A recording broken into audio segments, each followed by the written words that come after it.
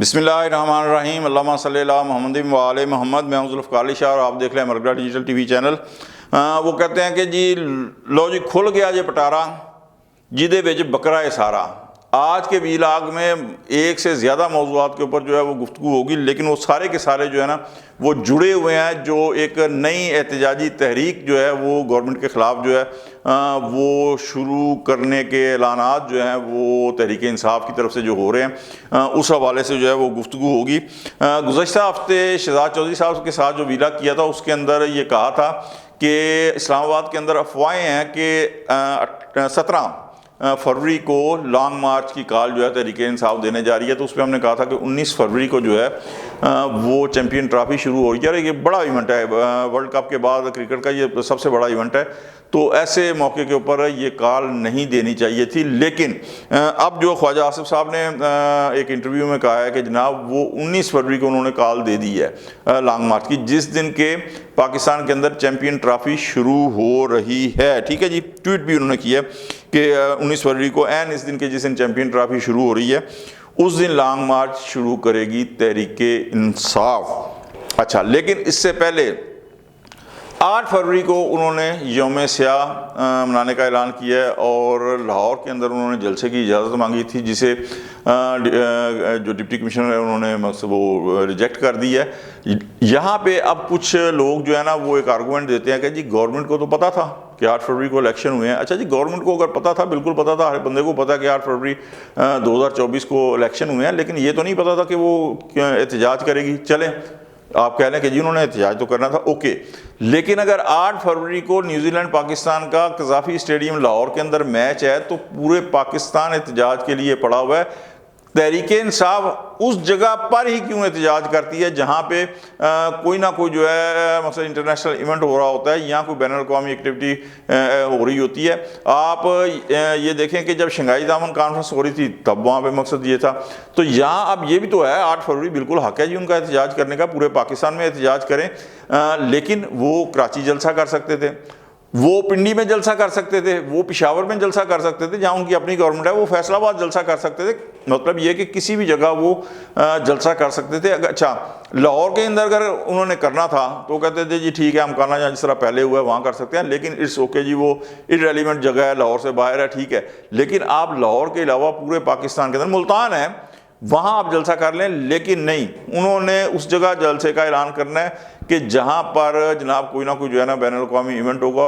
अच्छा, कुछ लोग ये कहते हैं कि तहरीक इंसाफ चूँकि बार बार एहतजाज कर चुकी है, बार बार एहतजाज की कॉल दे चुकी है और हर बार बुरी तरह नाकाम हुई है वो कॉल, तो जानबूझ के ऐसी जगह और इस तरीके से एहतजाज की जो है इजाज़त मांगते हैं कि जिसमें उन्हें पता हो कि गवर्नमेंट जो है वो उन्हें इजाज़त नहीं देगी किसी वजह से, तो वो कहेंगे जी वो देखें जी हमारे साथ जो है ना वो ज़्यादती हो गई। तो यहाँ 8 फरवरी को भी उन्होंने लाहौर में मीनार पाकिस्तान में इजाज़त मांगी थी, जबकि मीनार पाकिस्तान से चंद किलोमीटर दूर कज़ाफ़ी स्टेडियम के अंदर जो है वो पाकिस्तान और न्यूजीलैंड का जो है वो क्रिकेट मैच जो है वो होना है। अच्छा, एक तो जनाबे वाला एहतजाजी तरीके वाले से ये आई, दूसरी वो ये है कि अदालती महाज पर जो खप पड़ी हुई है ना, और 5 जजेस की जानिब से एक और ख़त जो लिखा गया उसके कि 10 फरवरी को पाया जरा जुडिशल कमीशन के इजलास होना है उससे पहले सीनियरिटी के असूल को तय किया जाए। उसके बाद वकला की जानिब से भी जनाब मुंह पे हाथ फेर फेर के कहा गया कि तमाम वकला जो है वो 10 फरवरी को सुप्रीम कोर्ट पहुँचे।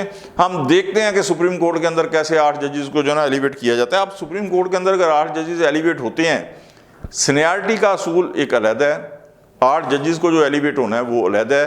अगर सुप्रीम कोर्ट में जजेस की तादाद बढ़ाई गई है, मज़े की बात यह है कि नाज़रीन के पूरी बार काउंसिल जो पाकिस्तान में माजी में ये मुतालबा करती आ रही हैं कि सुप्रीम कोर्ट के अंदर जजेस की तादाद बढ़ाई जाए ताकि इंसाफ के जो तकाजे हैं उनको पूरा करने के लिए आसानी हो और जजेस जो हैं वो ज़ाहिर है जितनी बड़ी तादाद होगी और जितने केसेस हैं सुप्रीम कोर्ट के अंदर उन्हें निपटाने के अंदर जो है वो आसानी हो। लेकिन शायद यहाँ पे वो जिस तरह दहशतगर्दी होती थी तो अपने अपने शहीद और अपने अपने जनाजे होते थे, तो यहाँ पर भी आइन अपना अपना आइन है और अपने अपनी कानून की बालादस्ती है। तो यहाँ भी यही चीज़ हो रही है कि अब अगर सुप्रीम कोर्ट के अंदर 8 जजेस ने की एलिवेशन होनी है, तकर्रर होना है, तो उसके अंदर उसको रुकावट बनने की, हाँ आप सीनियरिटी जो है उसे करें, आप जो मुनासिब फोरम है वहाँ पर आप उसे चैलेंज करें। अच्छा, एक ये मंजरनामा है। एक फिर और जो मंजरनामा है जिसमें कहा गया कि जनाब बानी पीटीआई ने जो है वो आर्मी चीफ को ख़त लिखा और उस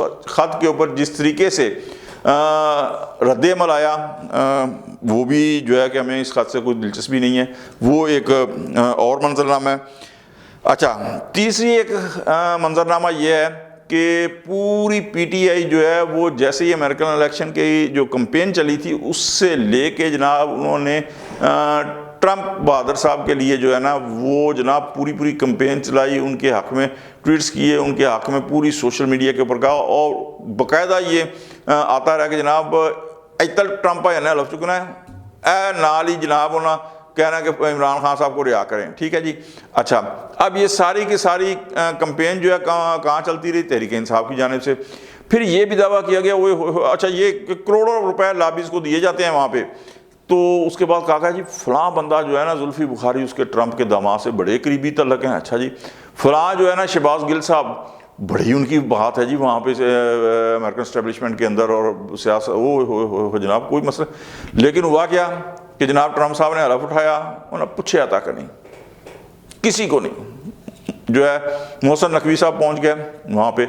अच्छा, उसके बाद क्या हुआ, मोहसिन नकवी साहब नहीं पहुँचे, उसके बाद जनाब ये हुआ कि ट्रंप साहब ने जो नाश्ते की दावत दी थी उसके अंदर बिलावल भुट्टो जरदारी साहब भी पहुँच गए वहाँ पे, वो उन्हें भी मदऊ किया गया था, वो पहुँच गए। अब यहाँ पे पता क्या होता है, वो क्या कहते हैं अंगूर खट्टे हैं, ओहो बिलावल भुट्टो जरदारी इतने करोड़ में जो है ना वो खरीदी है वो टिकट, और ये तो करप्शन का पैसा है। अच्छा भाई, करप्शन का पैसा है, आप करोड़ों रुपए जो वहाँ अमेरिका के अंदर लॉबीज के अंदर खर्च कर रहे हैं आप भी खरीद लेते, किसी ने जो है वो जनाब लिफ्ट नहीं कराई। अच्छा जी, एक और मंजरनामा जो है वो क्या है कि चीन पाकिस्तान के जो सदर हैं आसिफ अली जरदारी साहब, उन्होंने एक बड़े वफ्द के साथ जिसके अंदर आपके वज़ीर ख़ारजा इसहाक़ डार साहब भी शामिल हैं, वज़ीर आला सिंध जो है मुराद अली शाह भी शामिल हैं, शर्जील मेमन और भी वहाँ के सिंध कैबिनेट के लोग शामिल हैं।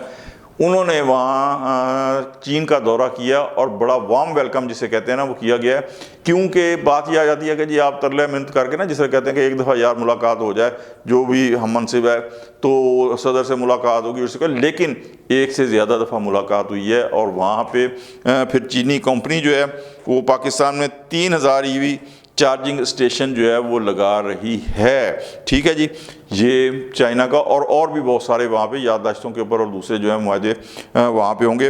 अच्छा, भरपूर यानी वहाँ पे इस्तकबाल वहाँ किया गया है।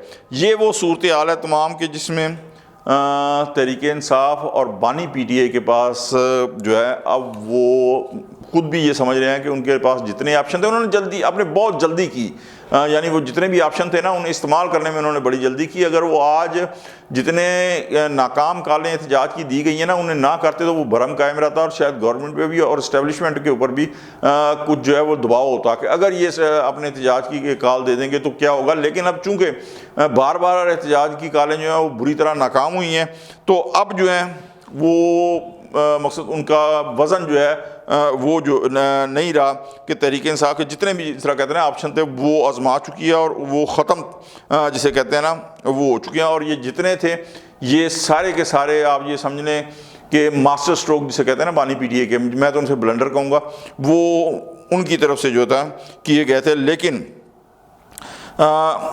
एक और मंजरनामा भी आप देखें जाते जाते कि खैबर पख्तूनख्वा के अंदर नए DIG मुकर्रर कर दिए गए हैं।